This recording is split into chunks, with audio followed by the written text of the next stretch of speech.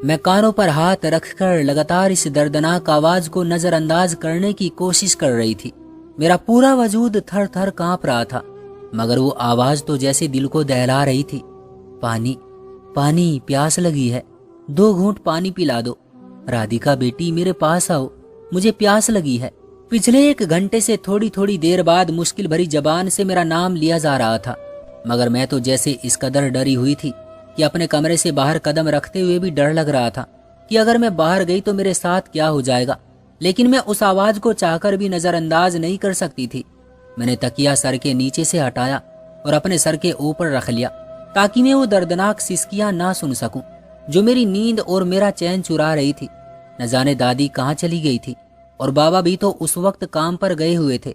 तीनों छोटी बहनें भी स्कूल गई हुई थी। न जाने क्यों बार बार आती आवाज सुनकर मेरा दिल मौम होने लगा और मैं हिम्मत करके कमरे से बाहर निकली और घर के कोने में बने उस कमरे में जाने लगी जिसमें कई साल पहले दादाजी के जानवरों को बांधा जाता था। लगातार आती आवाज और फिर दर्द से उठती चीख ने तो जैसे मेरे कदमों पर जादू सा कर दिया था। मैं उस आवाज का दर्द महसूस कर करके दादी और बाबा के मना करने के बावजूद बाड़े की तरफ दौड़ी चली जा रही थी। घर में सिवाय मेरे कोई नहीं था। मैंने धीरे से लोहे की लटकी हुई जंजीर को खोला और लकड़ी के बने दरवाजे पर जरा दबाव बढ़ाया तो दरवाजा खुलता चला गया।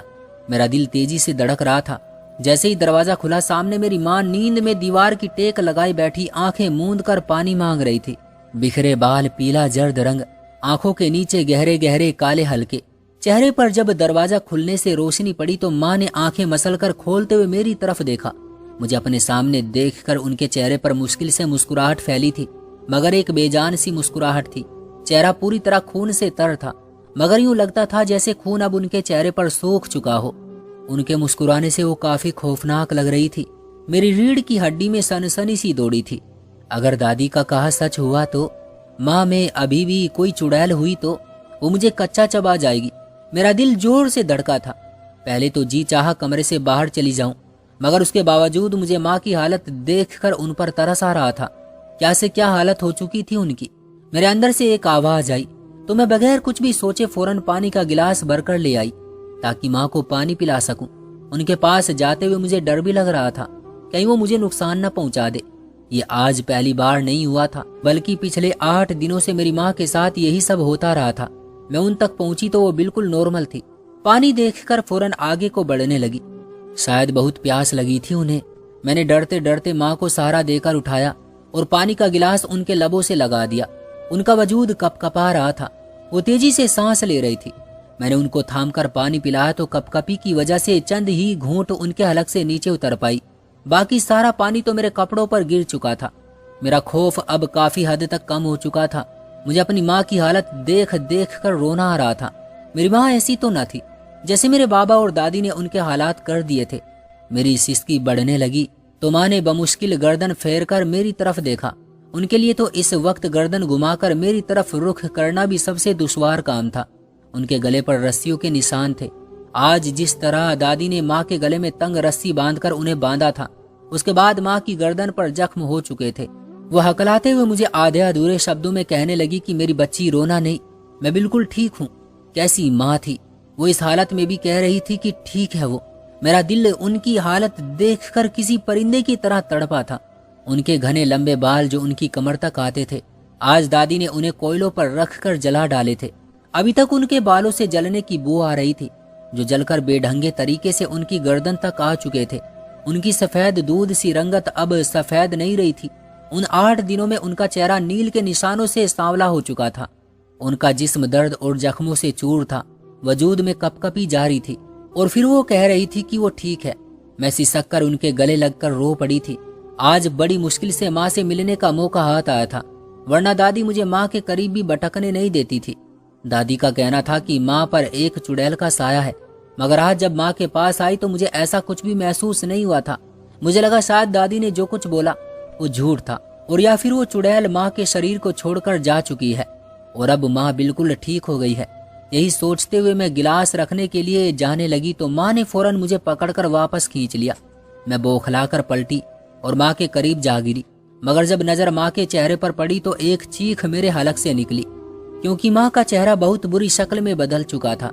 दरअसल मेरी दादी को पोते की ख्वाहिश थी और हम चारों बहनें ही थी। मैंने जब से होश संभाली थी दादी को यही ताना माँ को देते देखा था कि मनहूस औरत मुझे पोता भी नहीं दे सकी। मेरी माँ की जबान पर हर वक्त एक चुप्पी रहती थी। वो चुपचाप घर के काम करती रहती थी। बात सिर्फ दादी की नहीं थी, बाबा का व्यवहार भी माँ से बहुत सख्त था। वो बात बात पर माँ से लड़ते झगड़ते थे और गालियां बकते रहते थे। ये बात यहाँ तक सीमित नहीं थी, अब तो माँ बेटा माँ पर जुल्म के पहाड़ तोड़ते रहते थे। एक बार मैं गहरी नींद सो रही थी जब कानों में दिल खराश चीज की आवाजें आने लगी। पहले तो लगा शायद ख्वाब सा है, मगर जब अपने करीब से छोटी बहन की सिसकियों की आवाज सुनी तो फौरन जागने लगी। छोटी बहन मुझे बाजू से झिंझोड़ कर उठा रही थी और रो रो कर सहमे हुए अंदाज में कह रही थी कि दीदी जल्दी उठो, बाहर बाबा और दादी माँ को बहुत मार रहे हैं। माँ दर्द से चीख रही है। दादी मेरी बात नहीं सुन रही, तुम ही उठकर उन्हें रोको। छोटी बहन बहुत ज्यादा डरी हुई थी, उसके आंसू उसके गाल पर बह रहे थे। मैं फौरन उठी और दिमाग को नींद से जगाते हुए उसकी कही बातों को समझने की कोशिश करने लगी। माँ की लगातार सिसकने की आवाजें आ रही थी। वो रो रो कर कह रही थी कि महेश क्या करने लगे हो मेरे साथ? आखिर मैंने क्या किया है? मेरा कसूर क्या है? मेरी गलती क्या है? क्यों मुझे तुम लोग मारते रहते हो? मत बांधो मुझे, मुझ पर ऐसा जुल्म मत करो, भगवान के कहर से डरो। माँ की आंगन से आती आवाजों ने मेरा दिल दहला कर रख दिया था। मैं शायद अभी भी नींद में थी, इसलिए चक्कर से आने लगे, मगर उसके बावजूद फौरन उठी और भागकर कमरे से निकलती हुई आंगन में पहुंची। जैसे ही मैंने आंगन में कदम रखा तो सामने का मंजर देखकर मेरे होश उड़ गए। मेरी माँ को दादी और बाबा ने चारपाई पर बांध रखा था।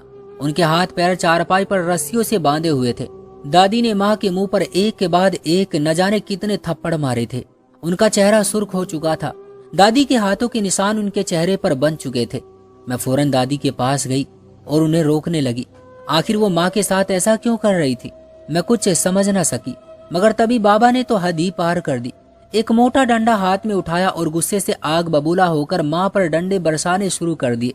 माँ दर्द से बिलबिला उठी, उनकी चीखें आसमान तक पहुंच रही थी। मेरे तो हाथ पांव कांपने लगे थे। मैं अपनी जगह पर खड़ी होकर चीखने लगी थी। मैं तुरंत भागकर उन तक पहुंची और बाबा के हाथ से डंडा छीनने लगी, मगर बाबा ने मुझे तुरंत पीछे हटा दिया और एक बार फिर माँ की टांगों पर डंडे बरसाने लगे। माँ तो बेहोशी की हालत में हो चुकी थी। बाबा ने माँ को इतना मारा कि बाबा खुद भी माँ को मार मार कर थक गए थे। दादी माँ सिराने खड़ी बाबा को और ज्यादा भड़काते हुए कह रही थी कि और मारो इसे, और मारो, इतना मारो कि इसके अंदर की सारी बलाएं बाहर निकल आए।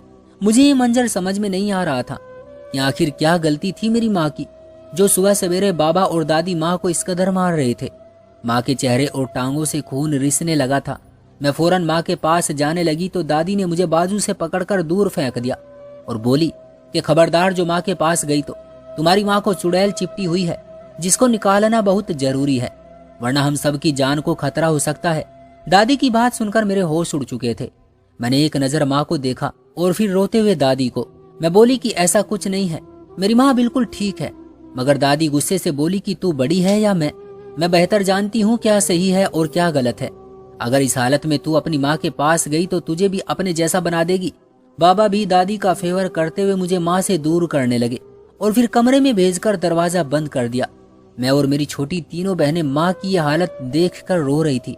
मुझे बात समझ नहीं आ रही थी कि आखिर अचानक बाबा को क्या हो गया था जो माँ के साथ ऐसा व्यवहार कर रहे थे। कल तक तो सब कुछ ठीक था। मेरी माँ बेहद खूबसूरत थी। मुझे याद है कि जब मैं छोटी थी तो बाबा माँ का बहुत ख्याल रखते थे। दोनों आपस में खुश भी रहते थे। मगर ये बात मेरी दादी से बर्दाश्त नहीं होती थी। वह हर वक्त माँ के खिलाफ बाबा के कान भरती रहती। पहल तो बाबा नजरअंदाज करते रहते, मगर फिर उनके दिल में भी मेरी माँ के लिए नफरत के जज्बात उभरने लगे। वो पहले तो माँ की बुराई करने लगते, लेकिन फिर एक बार उनको थप्पड़ मार दिया। मेरी माँ को नानी के घर भी जाने नहीं देते थे। किचन में अगर माँ से कोई काम खराब हो जाता तो मेरी दादी माँ की चुटियां पकड़कर खींच देती, उन्हें मारने लगती। मेरी माँ रोने लगती, लेकिन दादी को रहम ना आता और न ही बाबा को। मैं कमरे की खिड़की से बाहर का मंजर बखूबी देख सकती थी, मगर काश मैं माँ के पास जाकर उनको इस जुल्म से बचा सकती। माँ दर्द से चीख कर बेहाल हो चुकी थी। बाबा माँ को मार मार कर अब डंडा एक तरफ फेंक चुके थे। उसी वक्त दादी किचन में गई और फिर कुछ देर बाद जब बाहर निकली तो उनके हाथ में सुर्ख लाल मिर्चें थी। उन्होंने एक थाली में उन मिर्चों को रखा और फिर जलते हुए अंगारों को उन मिर्चों पर रखकर उसे माँ के सिरहाने रख दिया। माँ जो दर्द के मारे लंबे लंबे सांस ले रही थी, जब मिर्चों का धुआं उनकी सांसों से होता हुआ फेफड़ों तक गया तो वो खांसने लगी। बाबा और दादी ने अपने चेहरे के आगे एक मोटा कपड़ा रख लिया था। मेरी माँ बेचारी खांस खांस कर बेहाल हो चुकी थी। उनकी आंखें बिल्कुल सुर्ख हो चुकी थी। उनसे तो सांस लेना भी दूभर हो गया था। वो धुआं सीधा उनके चेहरे पर जा रहा था। दादी ने तो जुल्म की आज हद ही पार कर दी थी। मैं रो रो कर हाथ बांधते हुए बाबा और दादी की मिन्नतें कर रही थी कि प्लीज इन्हें छोड़ दें। इनकी गलती क्या है? वो किस गुनाह की सजा दे रहे हैं माँ को? माँ को मिर्ची की धुनी देते हुए दादी ने उन पर कुछ पढ़कर फूंक मारनी शुरू कर दी और फिर उसके बाद किसी पानी का छिड़काव करके उन्हें यूं ही पड़ा छोड़ दिया। आज जो कुछ बाबा ने किया था उसके बाद तो मुझे बाबा से बहुत ज्यादा डर लगने लगा था। आखिर वो माँ पर ऐसा जुल्म कैसे कर सकते थे? बाबा मेरे करीब आए और मुझे अपने पास लाकर बोले कि बेटी, अब अपनी माँ के करीब बिल्कुल भी मत जाना। उसके अंदर एक चुड़ैल आ चुकी है। वो हम सब के लिए खतरा है। बस जितना हो सके खुद भी उससे दूर रहो और अपनी बहनों को भी माँ से दूर रखो। बाबा की आंखों में सख्ती थी। वो मुझे समझाने के बाद वहां से चले गए और फिर बेहोशी की हालत में दादी और बाबा ने माँ को उठाया और उसे एक पुराने कमरे में छोड़ने चले गए। वो कमरा जिसमें चंद साल पहले दादाजी के जानवर रहा करते थे, वो माँ को वहीं गिराकर खुद बाहर निकल आए और दरवाजे को कुंडी लगा दी। मैं माँ से मिलना चाहती थी मगर मुझे डरा धमका कर मना कर दिया गया। माँ सारा दिन बाड़े में दर्द से कराती रही और जब उनकी तबीयत जरा संभली तो बमुश्किल चलते हुए दीवारों का सहारा लेकर वो वहां से बाहर निकल आई। मैंने माँ को देखा तो उन पर बहुत तरस आया था। क्या से क्या हो चुकी थी वो। दादी ने माँ को देखा तो बोली, जितनी तुझे मार पड़ी है अब तक तो तेरे अंदर की चुड़ैल निकलकर भाग चुकी होगी। इतना कहकर उनके चेहरे पर एक अजीब सी गंभीरता उभर आई थी। माँ की आंखों में आंसू थे और वो यही कहती कि मेरे साथ ऐसा कोई मसला नहीं है, मैं बिल्कुल ठीक हूँ। हमारा व्यवहार भी माँ के साथ ठीक रहा था। शाम को बाबा काम से आए तो माँ ने रो रो कर बाबा को भी यकीन दिलाया कि उनके ऊपर किसी किस्म की चुड़ैल का साया नहीं है। मगर बाबा को यकीन न आया क्योंकि एक तांत्रिक बाबा ने उन्हें बताया था कि मेरी माँ पर एक चुड़ैल का साया है, तभी वो बेटा नहीं पैदा कर पा रही है। माँ का बदन जख्मों से चूर था। उसके बावजूद दादी के कहने पर उन्होंने बाबा के लिए खाना बनाया, मगर जब दादी ने माँ को खाना ले जाते हुए देखा तो फौरन बोली कि इसमें चुड़ैल है, खबरदार जो ये खाना खाया ये तो हमें जहर देकर मार भी सकती है। बाबा को तो दादी की बात पर यकीन न आया, मगर दादी किसी तौर पर भी न मानी और माँ का लाया हुआ खाना बिल्ली को डाल दिया। जैसे ही बिल्ली ने खाना खाया तो वो वहीं पर तड़प तड़प कर मर गई। मैं और मेरी बहन हैरत से माँ को देख रहे थे। माँ पर तो सचमुच किसी चीज का साया था। अब तो हमें भी यकीन हो चुका था। एक बार फिर माँ को बाड़े में बंद कर दिया गया और फिर दादी बोली, खबरदार आज के बाद इसे किसी ने यहाँ से बाहर निकाला तो। दादी की ख्वाहिश थी कि पोते की शक्ल देखे, मगर माँ पर चुड़ैल के साए की वजह से वो बेटा नहीं पैदा कर पा रही थी। रोजाना सुबह माँ को बाड़े से निकाला जाता और फिर उन्हें चारपाई पर बांधकर बहुत ज्यादा मारा जाता, इतना कि वो बेहोश हो जाया करती थी। मेरी माँ की हम 4 बेटियां थी और चारों ही माँ की इस हालत पर बहुत परेशान थी। छोटी बहनें स्कूल चली जाती, मगर मैं अब माँ की जगह घर के काम संभाल रही थी। दादी रोजाना एक पाउडर माँ को खिला रही थी कि ऐसे ही करते करते 8 दिन गुजर चुके थे। आज तो दादी ने सुबह सुबह माँ के बाल भी जला डाले थे। अपने बालों को जलता देखकर माँ बहुत रोई थी। मैं बाड़े से बाहर तो आ चुकी थी, मगर जो कुछ माँ ने मुझसे कहा था उसके बाद मेरा दिल अभी तक पूरी ताकत से धड़क रहा था। मुझे बहुत डर महसूस हो रहा था। मैंने दादी को भी अपने डर का बताया तो वो कहने लगी कि आज रात तू मेरे पास सो जाना। उस रात मैं दादी के कमरे में ही लेट गई। आधी रात का वक्त था जब मुझे दादी की खुसर खुसर की आवाज सुनाई दी। मेरा दिमाग नींद से जाग चुका था, मगर आंखें अभी भी बंद थी। दादी कमरे से बाहर खड़ी थी। दादी हल्की सी आवाज में कह रही थी कि सुबह इस मनहूस मारी का काम भी तमाम कर दूंगी। मार खा खा कर सर में डंडे पड़ने से पागल तो ये हो ही चुकी है। अब बस सुबह इसे किसी बहते पानी में फिकवा कर इसके पति और बेटियों को भी जहर दे दूंगी, फिर मेरे रास्ते के कांटे साफ हो जाएंगे। दादी हल्की सी आवाज में किसी से फोन पर बात कर रही थी। मेरे सर पर तो जैसे आसमान ही टूट पड़ा था। दादी भला ऐसे कैसे बात कर सकती थी? मेरी आंखें बेयकीनी से फैल चुकी थी। इसका मतलब माँ का कहा सब सच था। मुझे जल्द से जल्द उसके बारे में बाबा को बताना था। मैं सोच में पड़ चुकी थी कि बाबा को कैसे बताऊं कि उनकी माँ उनकी जिंदगी बर्बाद करने चली है। सुबह के वक्त जब बाबा टहलने जाने के लिए उठे तो मैं उनके पास चली गई और जो कुछ सुना था वो सब उन्हें बताने लगी। मेरी बात सुनकर उनका चेहरा गुस्से से आग बबूला हो गया और उन्होंने मुझे थप्पड़ मारकर मेरा गला दबोच लिया। जानती थी वो मेरा यकीन नहीं करेंगे। मैं बेबस थी। न जाने आगे क्या होने वाला था। बाबा टहलने के लिए गए थे और दादी उठकर बाड़े में चली गई। वहां जाते ही दादी ने माँ पर जुल्म करना शुरू कर दिया। मैं कुछ कहती उससे पहले ही दादी के शब्द ने मेरी सांसें रोक दी। वो माँ का मुंह दबोच कर बोली कि क्यों, जो तुझे बहू बनाकर बड़े चाव से लाया था वो तो मिल गया अग्नि में। उसके जीते जी तो मैं तेरा बाल भी न छू सकी, मगर अब देख कुछ ही दिनों में तुझे कैसे मरने लायक कर दिया है। मैंने अपनी दोस्त से बहुत सारा पैसा उधार लिया था, जो कि मैं एक जुए में हार गई थी, जिसके कारण मैं अपना कर्ज समय पर न चुका सकी और मेरी दोस्त ने मुझे मारने की धमकी दी। मौत के डर से मैंने तुम्हारे ससुर की पहली पत्नी को मारकर उनसे शादी की, जिससे मैं उनकी सारी जायदाद हड़प सकूं। मगर जब मौका मिला तो पता चला कि मेरे पति यानी तुम्हारे ससुर ने सारी जायदाद अपने बेटे यानी तुम्हारे पति के नाम पहले ही की हुई है। मैं गुस्से से पागल हो चुकी थी। फिर मैंने अपनी उसी दोस्त के साथ मिलकर एक और प्लान बनाया। तुम्हारा पति यानी मेरा सोतेला बेटा, मैं उससे अपनी उसी दोस्त की बेटी की शादी करा के तुम्हारे पति के नाम हुई सारी संपत्ति पर कब्जा करना चाहती थी, मगर ऐसा ना हो सका।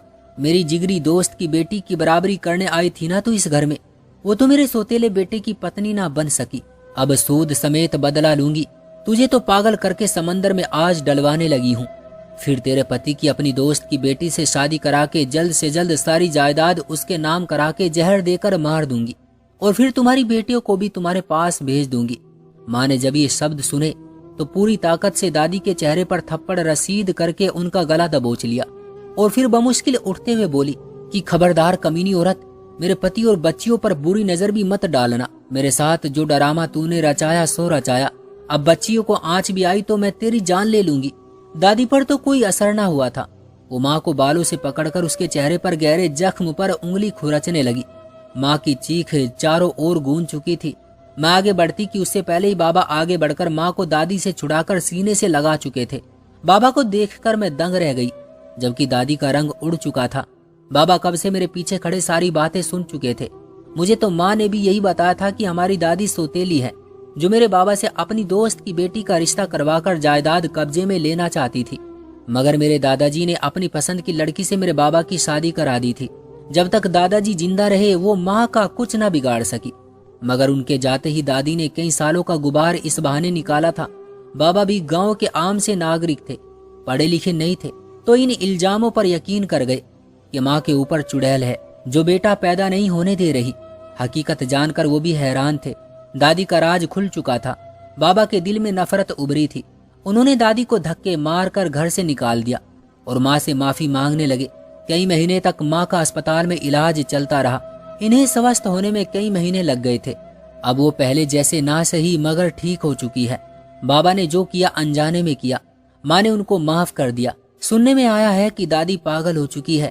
उसकी बहन ने भी उसे अपने पास नहीं रखा और अब यूं ही सड़कों पर फिरती नजर आती है। तो दोस्तों, ये थी हमारी आज की कहानी। उम्मीद करते हैं कि आपको पसंद आई होगी। आपका क्या कहना है इस कहानी के बारे में कमेंट बॉक्स में हमें जरूर बताइएगा। वीडियो को लाइक कर दीजिए और चैनल को सब्सक्राइब कर लीजिएगा।